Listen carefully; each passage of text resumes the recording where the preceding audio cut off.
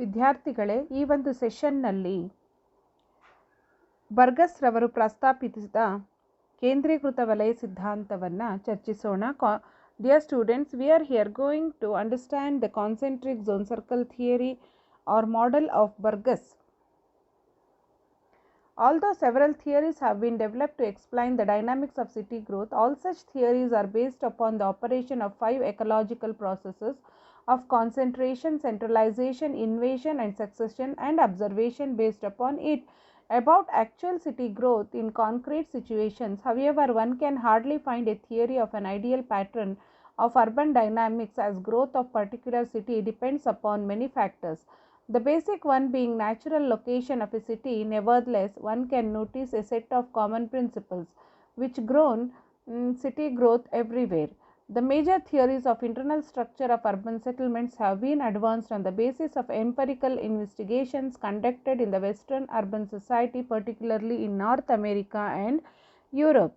ಕೇಂದ್ರೀಕೃತ ವಲಯ ಸಿದ್ಧಾಂತವು ನಗರ ಸಮಾಜಶಾಸ್ತ್ರಜ್ಞ E.W. ಬರ್ಗಸ್ ಎಂಬಾತನು ನಗರದ ವ್ಯಾಪಕ ವಿಸ್ತರಣೆ, ನಗರ ಜನಪರಿಸರ ಶಾಸ್ತ್ರಜ್ಞ, ನಗರದ ಬೆಳವಣಿಗೆಯ ಪ್ರಕ್ರಿಯೆ ಮತ್ತು ನಗರದ ವಿಭಿನ್ನ ಭಾಗಗಳ ನಡುವಿನ ಪರಸ್ಪರ ಸಂಬಂಧಗಳನ್ನು ವ್ಯಾಖ್ಯಾನಿಸುವಲ್ಲಿ ಹಲವಾರು ಸಿದ್ಧಾಂತಗಳನ್ನು ಮುಂದುವರಿಸಿದ್ದು, ಆ ಸಿದ್ಧಾಂತಗಳಲ್ಲಿ ಬಹಳ ಮುಖ್ಯವಾದಂತಹ ಸಿದ್ಧಾಂತ ಕೇಂದ್ರೀಕೃತ ವಲಯ ಸಿದ್ಧಾಂತವಾಗಿದ್ದು, ನಗರ ಸಮಾಜಶಾಸ್ತ್ರ E.W. ಬರ್ಗಸ್ ರವರು ನಗರದ ವ್ಯಾಪಕ ವಿಸ್ತರಣೆ ಹಾಗೂ ಆಂತರಿಕ ಬೆಳವಣಿಗೆಗೆ ಸಂಬಂಧಿಸಿದಂತೆ ರಚಿಸಿದ ಆದರ್ಶ ಸಂರಚನೆಯಂತಿದ್ದು, ಬರ್ಗಸ್ನು 1920ರಲ್ಲಿ ಸುಮಾರಿನ ಅಮೆರಿಕಾದ ಚಿಕಾಗೋ ನಗರವನ್ನು ಉದಾಹರಣೆಯಾಗಿರಿಸಿಕೊಂಡು ಅದರ ಸಹಾಯದಿಂದ ಮೆಟ್ರೋಪಾಲಿಟನ್ ನಗರಗಳ ಬೆಳವಣಿಗೆಯನ್ನು ವ್ಯಾಖ್ಯಾನಿಸುವ ಪ್ರಯತ್ನ ನಡೆಸಿದ್ದಾನೆ. ಆತನು ನಗರವನ್ನು ಅದು ಪೂರ್ಣ ಪ್ರಮಾಣದ ಬೆಳವಣಿಗೆ ಹೊಂದಿದ್ದು ಸ್ಪಷ್ಟವಾಗಿ ಗುರುತಿಸಲು ಶಕ್ಯವಾದ 5 ಕೇಂದ್ರೀಕೃತ ವಲಯಗಳೊಂದಿಗೆ ವ್ಯಾಪಕವಾಗಿರುತ್ತದೆ ಎಂಬ ರೀತಿಯಲ್ಲಿ ಚಿತ್ರಿಸಿದ್ದಾನೆ. ಆತನ ಪ್ರಕಾರ ಆಧುನಿಕ ನಗರವು ತನ್ನ ಬೆಳವಣಿಗೆಯಲ್ಲಿ ಕೇಂದ್ರೀಕೃತ ವ್ಯಾಪಾರಿ ಪ್ರದೇಶವೊಂದರ ಸುತ್ತಲೂ ಹಲವು ವೃತ್ತಗಳನ್ನು ರಚಿಸಿಕೊಳ್ಳುತ್ತಾ ಬೆಳೆಯುವುದು. ಭೂಮಿಯ ಬಳಕೆ, ಜನಸಮುದಾಯದ ಪ್ರಕಾರಗಳು ಮತ್ತಿತರ ಭೌತಿಕ, ಆರ್ಥಿಕ ಹಾಗೂ ಸಾಮಾಜಿಕ ಗುಣಲಕ್ಷಣಗಳ ಆಧಾರದ ಮೇಲೆ ಆತನು ಪ್ರಮುಖವಾದಂತಹ ಸಿದ್ಧಾಂತವನ್ನು ಗುರುತಿಸಿರುತ್ತಾನೆ. Concentric zone model. Ernest Burgess is the pioneer, and his theory on city dynamics which provides the base for the later theories on the subject. The hypothesis of this theory is that cities grow and development outwardly in concentric zones. Burgess set out to evolve a theory of dynamics, but he arrived at a theory of pattern of city growth which applies to any stage of urban development. According to Burgess, an urban area consists of 5 concentric zones which represent areas of functional differentiation and expand rapidly from the justness center. The zones are the loop or commercial center, the zone of transition, the zone of working class residents, and the residential zone of high class apartments buildings, the commuter zones. ಆಧಾರದ ಮೇಲೆ ಆತನು 5 ಪ್ರಮುಖ ವಲಯಗಳನ್ನು ಗುರುತಿಸಿದ್ದಾನೆ. ಅವು ಈ ಮುಂದಿನಂತಿವೆ: ಕೇಂದ್ರೀಯ ವ್ಯಾಪಾರ ವಲಯ, ಸ್ಥಿತ್ಯಾಂತರದ ವಲಯ, ಕಾರ್ಮಿಕರ ವಸತಿ ವಲಯ, ಜನವಸತಿ ವಲಯ ಮತ್ತು ಸಂಚಾರಿ ವಲಯಗಳು ಅಥವಾ ಉಪನಗರಗಳ ವಲಯ. ಬರ್ಗಸ್ ಪ್ರಸ್ತಾಪಿಸಿರುವಂತಹ ಈ ವಲಯ ಸಿದ್ಧಾಂತಕ್ಕೆ ಇತರ ಸಮಾಜಶಾಸ್ತ್ರಜ್ಞರು ಹಲವಾರು ಮಾರ್ಪಾಡುಗಳನ್ನು, ಸೇರ್ಪಡೆಗಳನ್ನು ಮಾಡಿಕೊಂಡು ನಗರದ ವ್ಯಾಪಕ ಬೆಳವಣಿಗೆಯನ್ನು ವ್ಯಾಖ್ಯಾನಿಸುವ ಪ್ರಯತ್ನವನ್ನು ಮಾಡಿರುತ್ತಾರೆ. The loop or central business district or commercial center. This is called a downtown in American terminology. It is usually situated at the center of the city. It is an area of business and official activity. Transportation routes from all parts of the city coverage upon it. All the activities connected with business and service, such as shops of various articles, departmental store, restaurants, cinema houses, banks, main post offices, and warehouses are all situated in and around the area at convenient places. This is the center where central business district is located and has highest land value. The zone has tertiary activities and earn maximum economic returns. ಕೇಂದ್ರೀಯ ವಲಯ, the central business zone. ಈ ವಲಯವು ಅತ್ಯಂತ ದುಬಾರಿಯದ್ದಾಗಿದ್ದು, ಇಲ್ಲಿ ಚಿಲ್ಲರೆ ಮಾರಾಟದ ಅಂಗಡಿಗಳು, ಕಿರಾಣಿ ಅಂಗಡಿಗಳು, ಬ್ಯಾಂಕುಗಳು, ಹೋಟೆಲ್ಗಳು, ಸಿನಿಮಾ ಮಂದಿರಗಳು, ವೃತ್ತಿಪರರ, ವೈದ್ಯರು, ವಕೀಲರು, ಲೆಕ್ಕಪರಿಶೋಧಕರು ಮುಂತಾದವರ ಕಾರ್ಯಾಲಯಗಳು, ನಗರ ಆಡಳಿತದ ಕಚೇರಿಗಳು, ಬಸ್ಸು ಹಾಗೂ ರೈಲ್ವೆ ನಿಲ್ದಾಣಗಳು ಕೂಡ ಕಾಣಸಿಗುತ್ತವೆ. Another feature is the accessibility of the area because of convergence and passing of transport networks through this part from surrounding and even far off places in the city. This part has still buildings and noticeable high density, and to maximize the returns from land commercial activity taking place in the area results in negligible residential activity in this zone. The zone of transition, this is the area which is located in the immediate vicinity of the market district. It is a haphazard area of dilapidated buildings and slums. It is in the process of transition from a residential area into a business area. ಸ್ಥಿತ್ಯಾಂತರ ವಲಯ, ಇದನ್ನು ಕೊಳಚೆ ಪ್ರದೇಶವೆಂದು ಹೇಳುವುದುಂಟು. ಬರ್ಗಸ್ನ ಅಭಿಪ್ರಾಯದಂತೆ ನಗರದ ಬೆಳವಣಿಗೆಯ ಆರಂಭಿಕ ಹಂತದಲ್ಲಿ ಜನರು ಒಂದು ಕೇಂದ್ರ ಪ್ರದೇಶದಲ್ಲಿ ತಮ್ಮಲ್ಲಿ ಆರ್ಥಿಕ, ಕೈಗಾರಿಕಾ ಹಾಗೂ ವ್ಯಾಪಾರ ವಹಿವಾಟಿನ ಚಟುವಟಿಕೆಯನ್ನು ನಡೆಸುತ್ತಾ ಕೇಂದ್ರೀಕರಿಸುವ ಈ ಕೇಂದ್ರ ಪ್ರದೇಶದ ಸುತ್ತ ವೃತ್ತಾಕಾರದಲ್ಲಿ ಎಂಬಂತೆ ಅವರ ಕಾರ್ಯಚಟುವಟಿಕೆಗಳನ್ನು ವಿಸ್ತೃತಗೊಳ್ಳುತ್ತಾ ಹೋಗುತ್ತವೆ. ಈ ವಿಸ್ತೃತತೆ ಹೆಚ್ಚಿದಂತೆ ಅದರ ಪರಿಣಾಮವಾಗಿ ಮೊದಲನೆಯ ವಲಯದ ಸುತ್ತಲೂ ಎರಡನೆಯ ವಲಯವು ವೃತ್ತಾಕಾರದಲ್ಲಿ ಆವರಿಸಿ ನಿಲ್ಲುವುದು. ಮೊದಲನೆಯ ವಲಯದಿಂದ ಜನರು ಮೆಲ್ಲನೆ ಆ ವಲಯಕ್ಕೆ ವಸತಿಗಾಗಿ ಹಾಗೂ ವ್ಯಾಪಾರ ವಹಿವಾಟು ನಡೆಸಲು, ಮುಖ್ಯವಾಗಿ ಕೈಗಾರಿಕೆಗಳನ್ನು ಸ್ಥಾಪಿಸಲು ಚಲಿಸುವರು. ಈ ಎರಡನೆಯ ವಲಯವು ಸ್ಥಿತ್ಯಾಂತರ ವಲಯವಾಗಿರುತ್ತದೆ. ಎರಡನೆಯ ಸ್ಥಿತ್ಯಾಂತರದ ವಲಯದಲ್ಲಿ ಕ್ರಮೇಣ ವ್ಯಾಪಾರ ವಹಿವಾಟಿನ ಹಾಗೂ ಕೈಗಾರಿಕಾ ಚಟುವಟಿಕೆಗಳು ಹೆಚ್ಚತೊಡಗಿದುದರಿಂದ ಸ್ಥಳದ ಕೊರತೆಯುಂಟಾಗಿ ಜನರು ತಮ್ಮ ವಸತಿಗಾಗಿ ಈ ವಲಯದ ಹೊರಗಡೆಯ ಮತ್ತು ಬೆಳವಣಿಗೆ ಹೊಂದುತ್ತಿರುವ ಬಾಹ್ಯ ವಲಯಗಳತ್ತ ಚಲಿಸುವರು. ಈ ವಲಯದ ರೂಪ ಬಹುಬೇಗನೆ ಬದಲಾಗುವುದರಿಂದ ಈಗ ಇದೊಂದು ಸ್ಥಿತ್ಯಾಂತರದ ವಲಯವಾಗಿರುತ್ತದೆ. ಇಲ್ಲಿ ವ್ಯಾಪಾರಕ್ಕೆ, ವಹಿವಾಟಿಗೆ, ಕೈಗಾರಿಕೆಗೆ ಹೆಚ್ಚಿನ ಸ್ಥಳ ಬೇಕಾಗುವುದು. ಇಲ್ಲಿನ ಕಟ್ಟಡಗಳು ಹಳೆಯದಾಗಿ ಕ್ಷೀಣತೊಡಗುವುವು.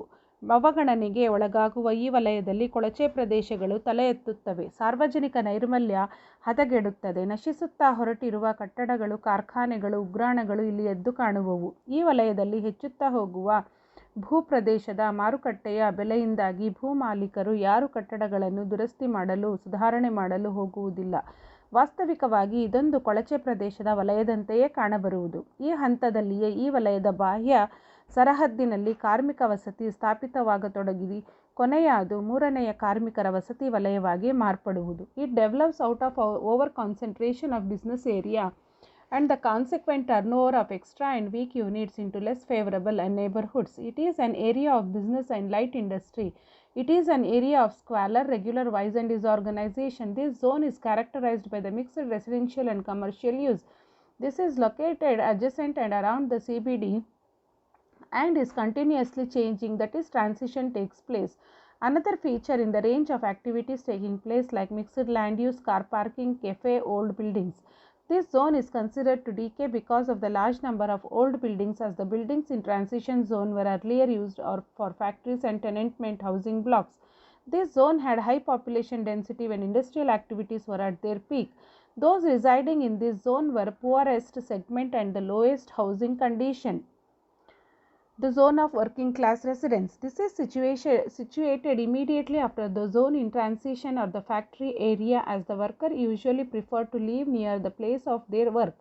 This area is a near slum congested with multi-family dwellings. It is inhabited by workers who have escaped from the influence of the area of deterioration. This area is occupied for residential purpose and also known as inner city or inner suburbs. It consists of houses built to accommodate factory workers but had better condition than the transition zone. This area has a mix of new and old development and generally requires orderly redevelopment. People living in this zone are second generation immigrants, as many move out of the transition zone to this zone whenever affordable. This zone is nearest to the working area with modest living conditions. This resulted in reduced commuting cost. Another interesting feature includes the large rental housing occupied by single workers. ಕಾರ್ಮಿಕ ವಸತಿ ವಲಯ. ಮೂರನೇ ವಲಯವು ಕಾರ್ಮಿಕ ವಸತಿ ಪ್ರದೇಶಗಳಿಂದ ಕೂಡಿರುವುದು. ಇದರಲ್ಲಿ ಅಷ್ಟೊಂದು ದುಬಾರಿಯದ್ದಲ್ಲದ ವಾಸದ ಮನೆಗಳು ಹಾಗೂ ಅಪಾರ್ಟ್ಮೆಂಟ್ಗಳು ಕಾಣಬರುತ್ತವೆ.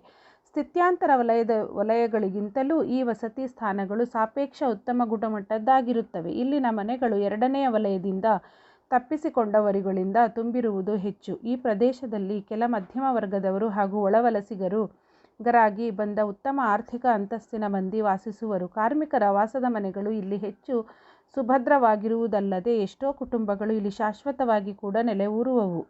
ನಗರ ಕೇಂದ್ರಕ್ಕೆ ಈ ವಲಯವು ಸಾಕಷ್ಟು ಹತ್ತಿರವಿರುವುದರಿಂದ ಇಲ್ಲಿ ವಾಸಿಸುವ ಕಾರ್ಮಿಕರು ತಮ್ಮ ಕಾರ್ಯತಾಣಕ್ಕೆ ನಡೆದುಕೊಂಡು ಅಥವಾ ಸಾರ್ವಜನಿಕ ಸಾರಿಗೆ ವ್ಯವಸ್ಥೆಯ ನೆರವು ಪಡೆದು ಹೋಗಿ ಬರಲು ಸಾಧ್ಯ. ಇಲ್ಲಿನ ಮನೆಗಳು ಅಪಾರ್ಟ್ಮೆಂಟ್ಗಳಾಗಿರುವುದೇ ಪ್ರತ್ಯೇಕ ಮನೆಗಳಾಗಿರುವುದೇ ಹೆಚ್ಚು.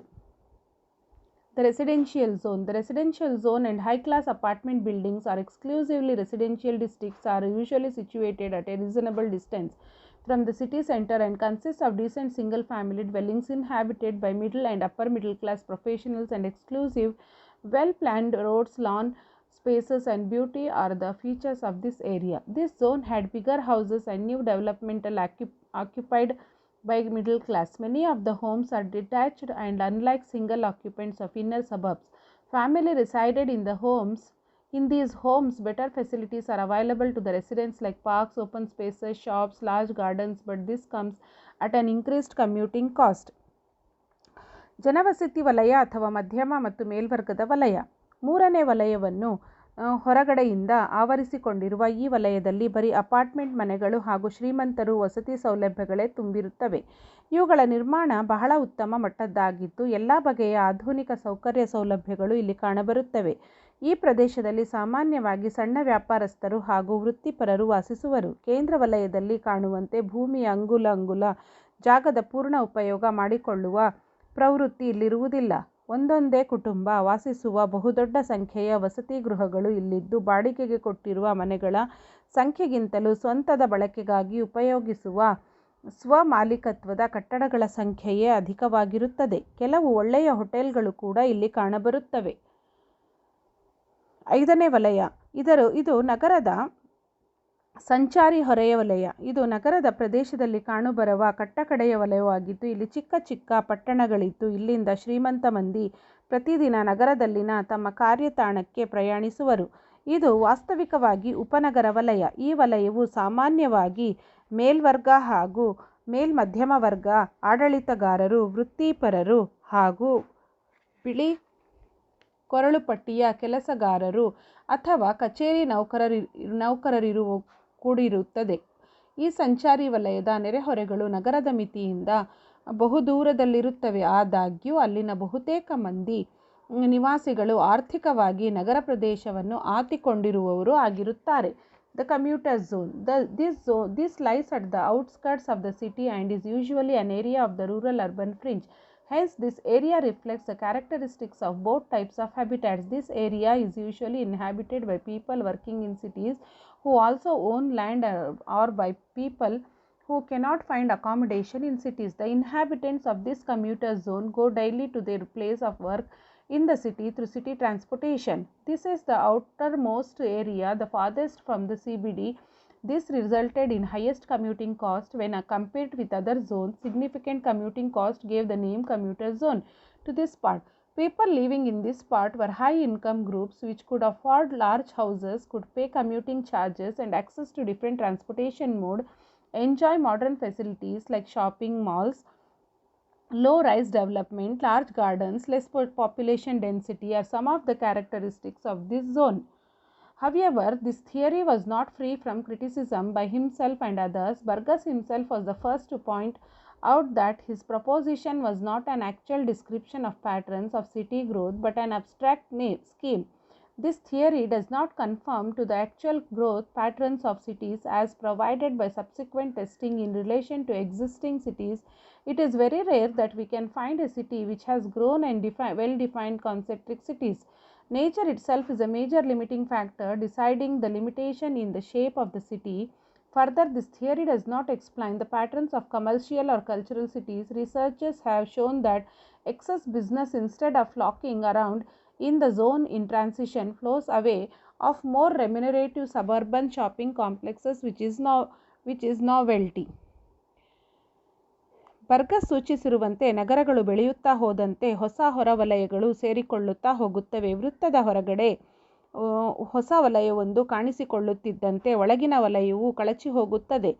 ಕೇಂದ್ರದಿಂದ ಹೊರಗಡೆ ಸಾಗುತ್ತಿದ್ದಂತೆ ಸಾಮಾನ್ಯವಾಗಿ ನಿವಾಸಿಗಳು ಅಂತಸ್ತಿನಲ್ಲಿ ಏರಿಕೆ ಕಾಣಬರುತ್ತದೆ.